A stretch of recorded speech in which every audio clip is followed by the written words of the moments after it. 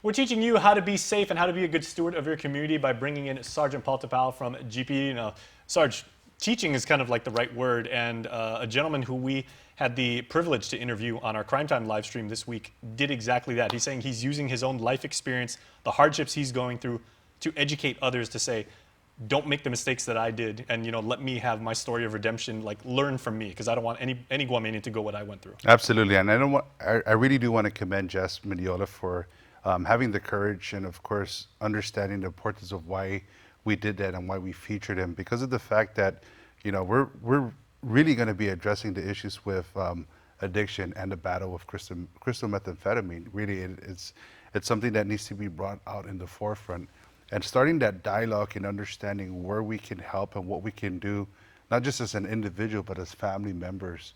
It really is an island issue right now. And it's a community issue in which we all need to come together and come into grips of what is really going on, because it's changed and dynamics have changed. And Jess had alluded to that in '94, that's when he first started.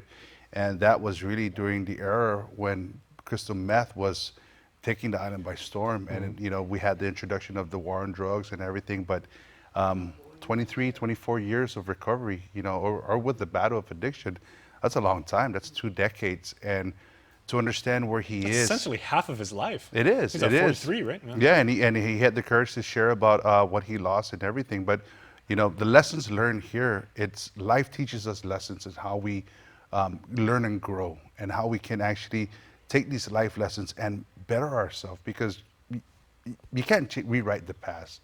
But what you can do is take the lessons that was learned and actually move forward and develop some sort of structure for your new beginning, so to say, and moving forward in what you need to do to really reach and obtain sobriety, because it's important to stay sober, because things change and the struggles are always going to be there when you're working at choosing the path of sobriety, and understanding that it's always going to have that temptation and everything, but understanding what's important. And I think he laid his foundation, his 3 main priorities in life, and what he included was God. And again, in uniform, it's really, but it is what it is.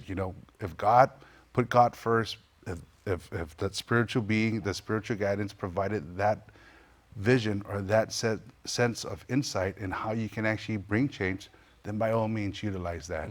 Now, we've gotten a lot of really good feedback. Some questions, some criticism, some praise, from not only that live stream. We've done at least 2 podcasts this week, and we've done a bunch of stories on Guam's war on drugs. Some people are asking, okay, we know that we can report crimes. We can do it on WhatsApp and our neighborhood watch groups, the chat groups. We can, use your app. We can use your website. We can call 911. Yeah. But people are asking, what if I think there's suspicious drug activity or drug transactions?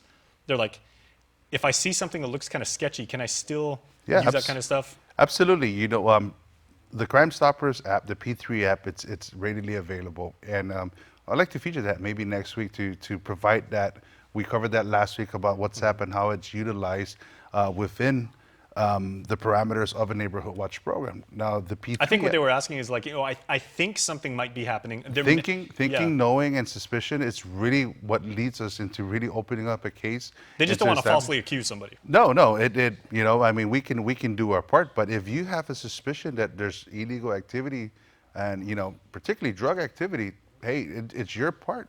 You have to do your part as a steward of your community by at least providing information. If you're part of the neighborhood watch group, submit that information to your respective mayors, or submit that into the officers who are part of the group or a part of the precinct. But the Guam Crime Stoppers, whether you call it in or whether you provide the information via the WhatsApp, the P3 app or online, submit the tips online.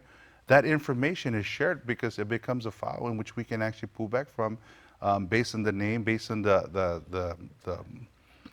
situation that's going on in that location. That's where we work from, and that's how we build cases. And it really is, understanding what we can do as community members. Okay, well, speaking of passing along information to help solve crimes, what do we got for this week's Crime of the Week? This week is a robbery that occurred Route 1 Upper Tuman by Banco Guam. Okay, Tuman is the village this week. Here's the 411. On Saturday, August 17, officers from the Tumon Precinct Command entertained a robbery that occurred on Route 1 Marine Corps Drive in Harmon by Bank of Guam. Now, the preliminary police report suggests that the male victim, while walking on the southbound sidewalk, was approached by 3 unknown males, whom the victim described as wearing all black and possibly being Micronesians. The 3 males made attempts to take the victim's belongings, however they were unsuccessful. During the course of the incident, the male victim was struck on the head by an unknown object by one of the male individuals. Now, the victim was later treated for his injuries, and the Guam Crime Stoppers is reaching out to the community for their assistance relative to this case. If anyone has any information about this crime or any other crime, you can call our 24-hour hotline at 477-HELP, that's 4357, or submit a tip online at guam.crimestoppersweb.com. All calls will remain completely confidential, and a cash reward of up to $1,000 could be paid if the information provided leads to an arrest and a grand jury indictment. Your call does make a difference. Okay, Sarge, as always, we appreciate it. And as always, we give you the final word. What should people know heading into the weekend? DUI checkpoints is going to be out there. You know, the Guam Police Department still maintains that, effort to curb DUI checkpoints and, of course, fatalities. But there's just one of many things in which we need to understand. But, just recapping on what we did over the week, I was really moved by that. And it starts with the individual understanding what they can do to bring change upon themselves and, of course, to their family. But wholeheartedly, the Guam Police Department, with the leadership, with Chief Ignacio, we are going to continue to work at making sure that, the community stays safe and, understands that, the community needs to understand that we need their help. And this is a great opportunity for the community to really take a stand against crime and really utilize the Guam Crime Stoppers, or report it to your neighborhood watch group, or just merely come to the precinct and provide us with the information. Well, you wear the great seal of Guam on your shoulder, and you wear the badge on your heart. So we appreciate it. We know you care. I take that to heart. So thank you so much for the opportunity again to allow the community to be, assisting us with all our endeavors. All right, Sarge, it's an honor. I appreciate it. Thank you so much. We'll see you next week, and we'll see you right after this break.